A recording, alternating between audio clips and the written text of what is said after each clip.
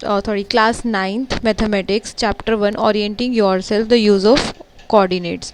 सो हम कोऑर्डिनेट्स को यूज़ करते हुए हम कैसे हम इसको बारे में देखेंगे, we will aware of it. तो इसमें कोऑर्डिनेट्स में हम यहाँ पे आगे चलते हैं। इस व्हाट डज मीन, इसमें हम ग्रिड बेस्ड सिस्टम देखेंगे कि कैसे हमें अगर कोई चीज़ हमारे पास, हमारे जैसे रूम है, ठीक है, रूम के अंदर जो भी हमारे पास कोई भी चीज़ें हैं, जैसे आपकी जो रूम है उसमें टेबल रखी हुई है, चेयर रखी हुई है, ठीक है, फ़ैन है, तो जो भी सारा सामान है उसको मुझे लोकेट करना है। जब हमें लोकेट करना है मैथमेटिकल टर्म में और एग्जैक्ट लोकेशन बतानी होती है, या आप अपने आप ये देख लीजिए जैसे पूरा अर्थ है, अर्थ के ऊपर अलग अलग कंट्रीज़ है। अगर आपको ध्यान होगा, आपने ज्योग्राफी में देखा होगा, ट्रॉपिक ऑफ कैंसर होता है, ट्रॉपिक ऑफ कैप्रिकॉर्न होता है, इक्वेटर होता है जो हमारी इंडिया से होते हुए जाता है, ट्रॉपिक ऑफ कैंसर। और कुछ कुछ हर कंट्री को लोकेट करने के लिए कुछ एग्जैक्ट पॉइंट्स होते हैं। वो पॉइंट्स क्या होते हैं, कैसे आते हैं, हमें हमें पता चल जाता है एग्जैक्ट क्या लोकेशन है किसी भी कंट्री की हो गई है, किसी भी स्टेट की हो गई, किसी भी सिटी की हो गई है। और अभी आप गूगल मैप यूज़ करते हो, उसमें भी कुछ ना कुछ आपको पॉइंट्स दिखते हैं। ये सब पॉइंट्स कहाँ से है, ये सब किसकी देन है? This all are the origin of the use of the coordinates. अगर आपको कोऑर्डिनेट्स का यूज़ करना अच्छे से आएगा तो आप ये सारी चीज़ें लोकेट कर पाओगे। आप अपने घर में हर एक एक चीज़ को अच्छे से लोकेट कर सकते हो। आप थिंग्स को लोकेट कर सकते हो, स्टेट्स को लोकेट कर सकते हो, सिटी को, प्लेस को, कंट्री को। अपने आपको मैप बनाना है अपना प्रॉपर, एक जो आपको लेआउट मिल जाता है। तो इसलिए हमको ये जो चैप्टर है इस पढ़ने की हमको बहुत ज़्यादा ज़रूरत है। Why the need of this, और यही सब कुछ आपको इसमें बता रखा, आप यहाँ पढ़ सकते हैं, ठीक है। तो नेक्स्ट चलते हैं। अब अभी जैसे तक आपने देखा होगा, यहाँ पर एक रियाना's रूम है, उन्होंने पूरा अपना स्केच बता रखा है कि रियाना एक 9th क्लास में उसने पढ़ लिया है, और वो सॉरी शालिनी 9th क्लास में पढ़ चुकी है, और रियान को बताना चाहती है कि अपने रूम में कैसे कैसे सामान रखा हुआ है। तो उसने एक फ्लोर मैप बनाया हुआ है। फ्लोर मैप तो आप सब पढ़ते हुए आए ही हैं। तो फ्लोर मैप इस तरीके से, अब एग्जैक्ट फ्लोर मैप में जैसे मैंने बनाया है ये वार्डरोब, तो इसको मैं थोड़ा सा इस साइड कैसे भी बनाती हूँ, पर मुझे एग्जैक्ट लोकेशन बनानी है तो मुझे कुछ पॉइंट्स चाहिए होंगे, कुछ मेज़रमेंट चाहिए होगा, मुझे पता होना चाहिए कि इसमें और इसमें इसका डिस्टेंस क्या होना चाहिए। इन सारी चीज़ों के लिए हमें कोऑर्डिनेट ज्योमेट्री की नीड होती है। तो वही चीज़ हम देखेंगे, ठीक है। और अब ये जो बनाया गया फ्लोर मैप, इन्होंने क्या लिया है, 1 सेंटीमीटर को 1 फुट को रिप्रेजेंट किया है बाय द 1 सेंटीमीटर। अब कोऑर्डिनेट सिस्टम है क्या, ये 2D कार्टेशियन कोऑर्डिनेट सिस्टम बोला जाता है। सबसे पहले तो जो आपको ध्यान होगा, आप नंबर लाइन पे सीखते हुए आए थे, जब आपने क्लास 1 2 3 में सीखा था आपको नंबर लोकेट करने हैं, तो अब 1 2 3 ये क्या है, 1 डायमेंशनल, एक लाइन बनी हुई है, 1 लाइन 1 डायमेंशनल, ठीक है। तो number line which is a 1 dimensional. अब कोई भी चीज़ आपके पास जब प्लेन पर होती है, जैसे अभी हमें आपने फ्लोर मैप बनाया, तो जो भी मैं कोई भी चीज़ बताऊंगी, मैं इसका ये बताऊंगी कितनी विड्थ है, कितनी लेंथ है। मैं इसको 2 ही तरीके से बता सकती हूँ, मैं इसकी विड्थ बता सकती हूँ या लेंथ बता सकती हूँ, ठीक है, और तो मैं कुछ नहीं बता सकती। अब ये वार्डरोब कितनी ऊंची है मैं वो तो नहीं बता सकती, उसके लिए मुझे हाइट चाहिए होगी, तो वो क्या हो जाएगा, 3 डायमेंशनल हो जाएगा। तो वो अभी मैं इस मैप में नहीं बता सकती हूँ वार्डरोब कितना ऊंचा है कितना छोटा है, बस इतना बता सकती हूँ कितना इसमें क्या, जब मैं इसको फ्लोर पर रखूँगी तो क्या विड्थ रहेगी और क्या लेंथ रहेगी, कितनी हाइट रहेगी, वो हम फ्लोर मैप पे नहीं बता सकते। तो जो भी हम फ्लोर मैप पे जो भी चीज़ें हम रिप्रेजेंट करते हैं, हम लेंथ और विड्थ रिप्रेजेंट करते हैं, हम 2 ही लाइन्स रिप्रेजेंट कर सकते हैं। किसी को भी आप लेंथ एज्यूम कर लीजिए, इसे लेंथ ले लीजिए, इसे विड्थ ले लीजिए, इसे विड्थ या इसे लेंथ, ठीक है। तो ये 2 लाइन्स हो गई आपकी, जो स्ट्रेट हो गई आपकी, ये लेंथ हो गई और ये विड्थ हो गई, कितना चौड़ा है। तो और जब हम इनको 90 डिग्री के एंगल पे हम रखते हैं, लोकेट करते हैं, so the 2 dimensional coordinate system use a 2 line at the right angle to each other to mark the point in 2 dimensional space. तो तब उसको हम क्या बोल देते हैं, 2D स्पेस बोल देते हैं, ठीक है। और जो यहाँ से शुरू होएगा, जो बिल्कुल इधर इसको जब हम जोड़ रहे हैं, यहाँ से जो शुरू होगा, तो ये 0 हो गया, 0 से आपकी आगे जाएगी इस ये लेंथ जाएगी और ये लेंथ, दोनों जो लेंथ है, अब जब आपने 2 लेंथ जो आपने जोड़ी है, यहाँ 0 से शुरू हो रही है, इस लेंथ को इन्होंने बोला है एक्स एक्सिस, जिसको हम बोलते हैं हॉरिजेंटल। स्लीपिंग लाइन आपने पढ़ा होगा, स्लीपिंग लाइन हो गए, हॉरिजॉन्टल लाइन हो गए। तो इसका मैथ्स में एक स्टैंडर्ड नाम है एक्स एक्सिस। एक्सिस है ये, अब ये भी एक एक्सिस है, और जो वर्टिकल एक्सिस है वर्टिकल स्टैंडिंग लाइन जो हम बचपन में पढ़ते हुए आ रहे, इसे हम क्या बोलते हैं, वाई एक्सिस। तो दो एक्सिस होते हैं, एक्स एक्सिस और वाई एक्सिस, ठीक है, जो यहाँ 90 डिग्री से दोनों कनेक्टेड होते हैं। और ये क्या बनाते हैं, यहाँ पे मुझे जो भी बनाना होगा इसे मैं क्या बोलूँगी, 2D प्लेन। ये एक प्लेन बन गया है, ठीक है, ये एक प्लेन बन चुका है जिसपे मैं रिप्रेजेंट करूँगी चीज़ें। अब यहाँ पर आप देख सकते हो, जैसे ये ग्राफ पेपर हम यूज़ करते हैं 2D प्लेन पे कोई भी चीज़ें रिप्रेजेंट करने के लिए। ये आप ग्राफ देख रहे हैं, स्ट्रक्चर ऑफ कोऑर्डिनेट प्लेन्स।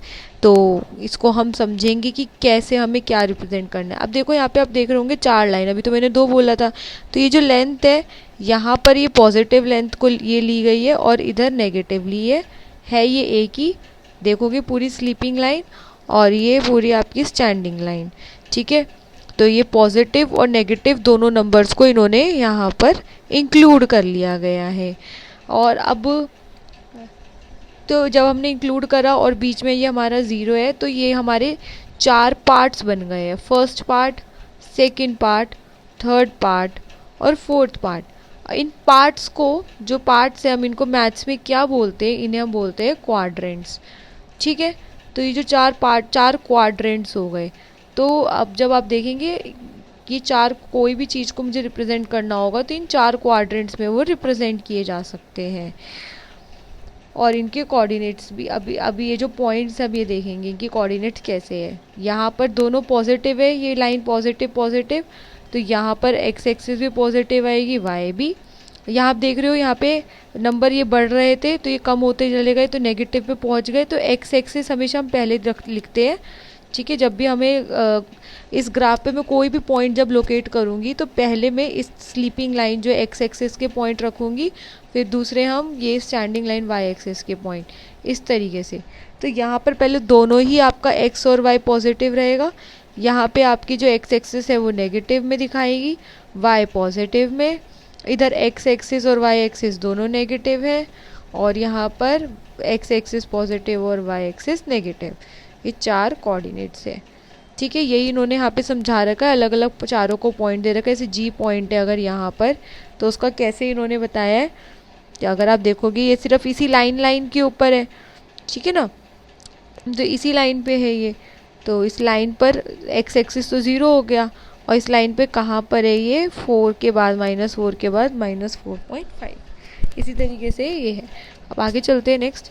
हम सबसे पहले यहाँ पे जो मेन है, हम एक्सरसाइज सेट 1.1 सॉल्व करेंगे।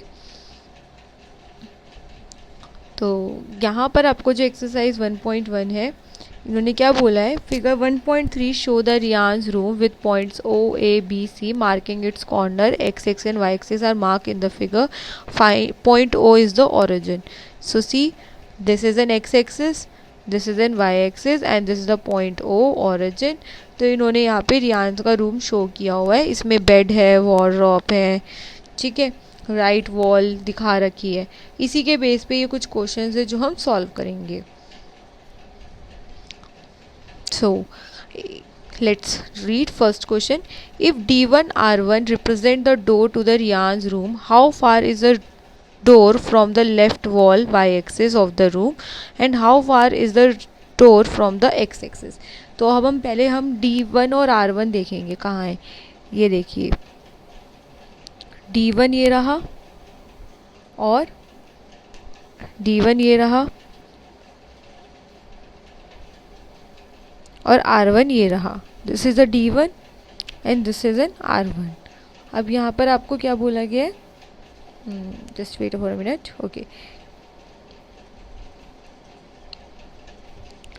तो यहाँ पे ये D1 है and this is an R1।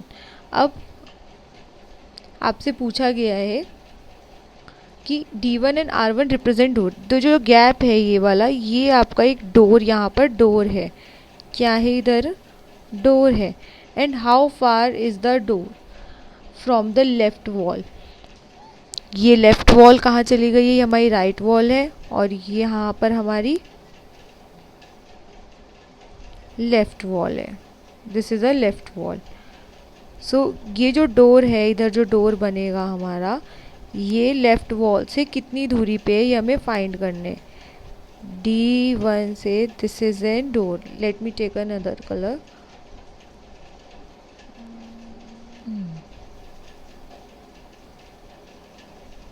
ठीक है, तो देखते हैं।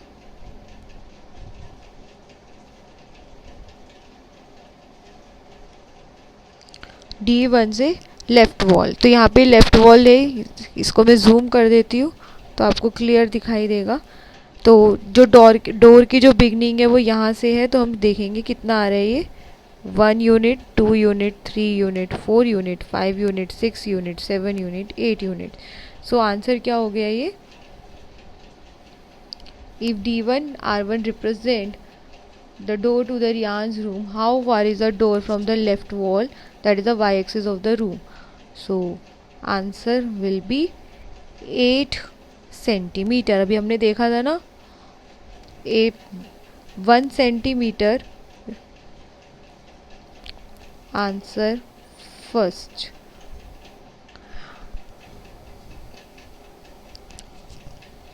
So how far is the door? The door is 8 centimeter away from the room. Door is 8 centimetre graph paper पे है। ठीक है, डोर, तो अभी हम मुझे इसको ठीक करना पड़ेगा। मैं यहाँ पर क्या लिख सकती हूँ, door 8 centimetre away. No, door is not 8 centimetre. 8 centimetre अभी हमने कहाँ पे देखा, अभी हमने ग्राफ पे देखा है, पर हम यहाँ पर 8 सेंटीमीटर नहीं लिख सकते। हम पहले लिखेंगे distance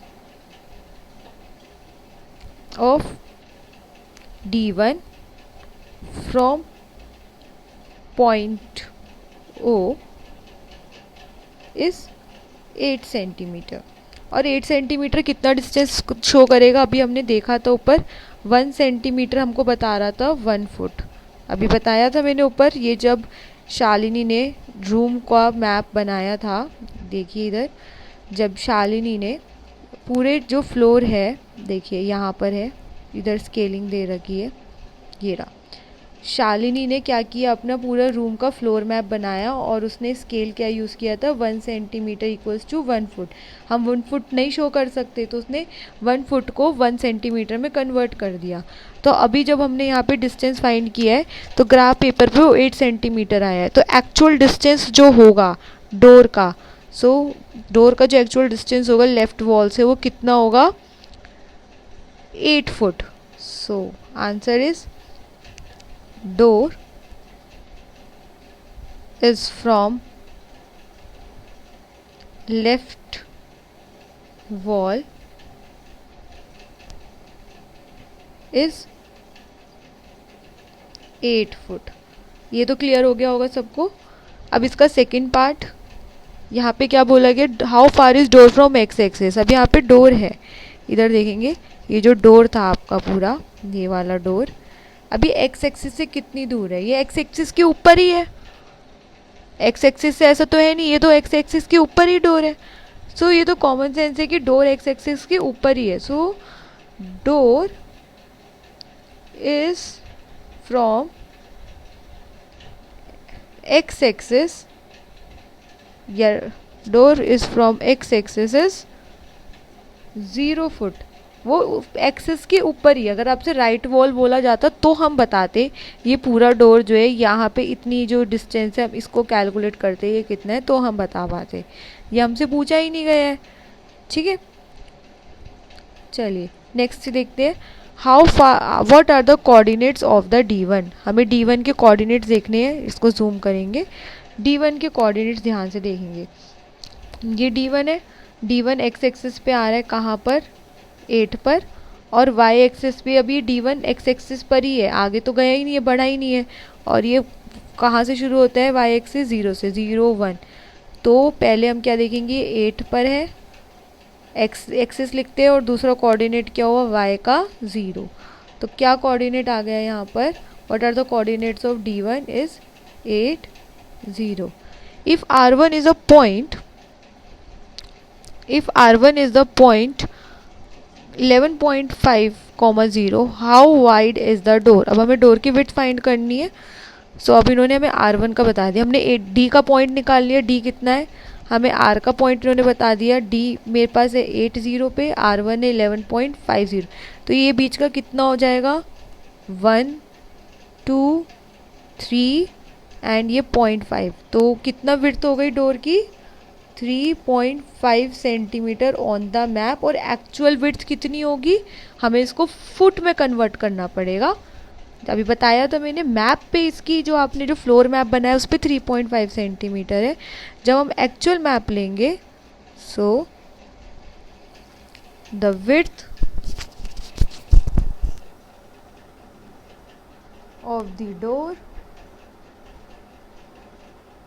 is 3.5 foot since 1 centimeter equals to 1 foot, तो 3.5 सेंटीमीटर इक्वल्स टू 3.5 फुट।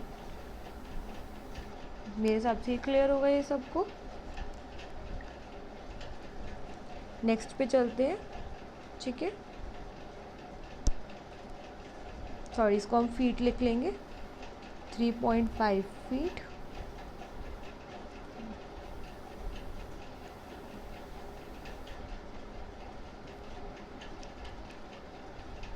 तो ये भी आपका फीट हो जाएगा।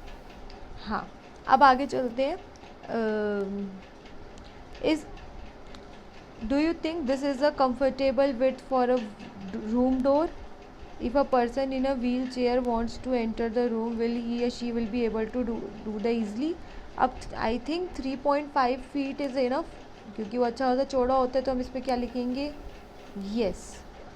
ऊपर का आंसर क्या आया, ये आया आपका 3.5 फीट। अभी हमने पीछे एक्सप्लेनेशन देखी थी, और ये यस। अब आपसे फोर्थ पूछा गया, फर्स्ट हो गया, सेकेंड हो गया, थर्ड हो गया। ई B1 0,1.5 and B2 0,4 represent the end of the bathroom door. Is the bathroom door narrow or the wider than the room door? चलिए देखते हैं। ये हमने देखा था, ये क्या था आपका, ये आपका रूम डोर था, जो कि कितना बड़ा कितना चौड़ा था 3.5 फीट।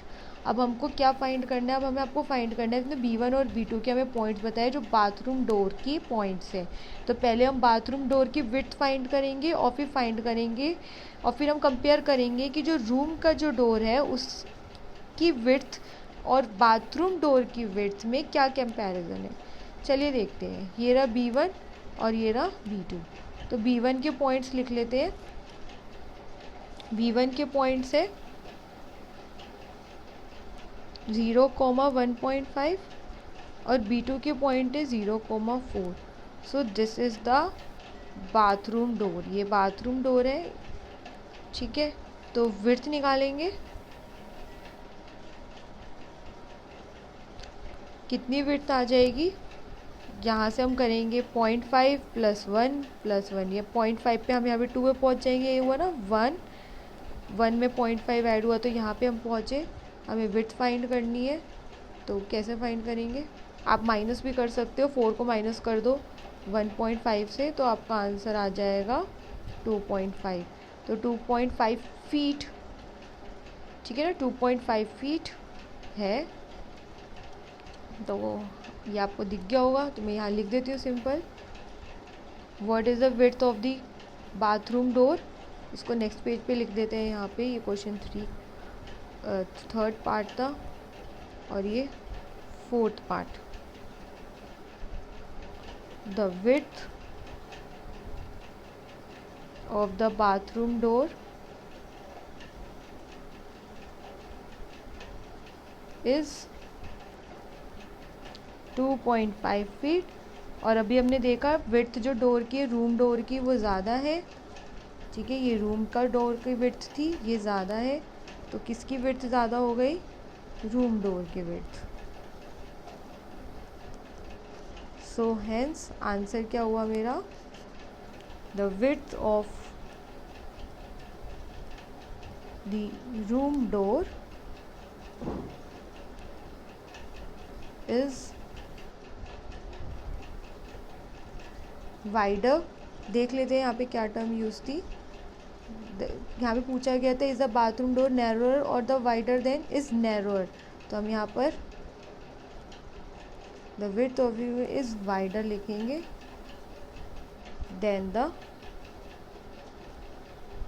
विड्थ ऑफ द, उल्टा कैसे भी कर लीजिए आप, वाइस वर्सा करके, बात सेम ही है। आपको टर्म्स को यूज़ करना प्रॉपरली आना चाहिए। सो आई होप यह सबको समझ आ गया होगा। ये हमने इसके चारों पार्ट्स कर लिए हैं, ठीक है। तो ये फर्स्ट आपका हो गया है, ये यहाँ पे हमने एक्सरसाइज सेट 1 था। So thank you class, I hope you like it.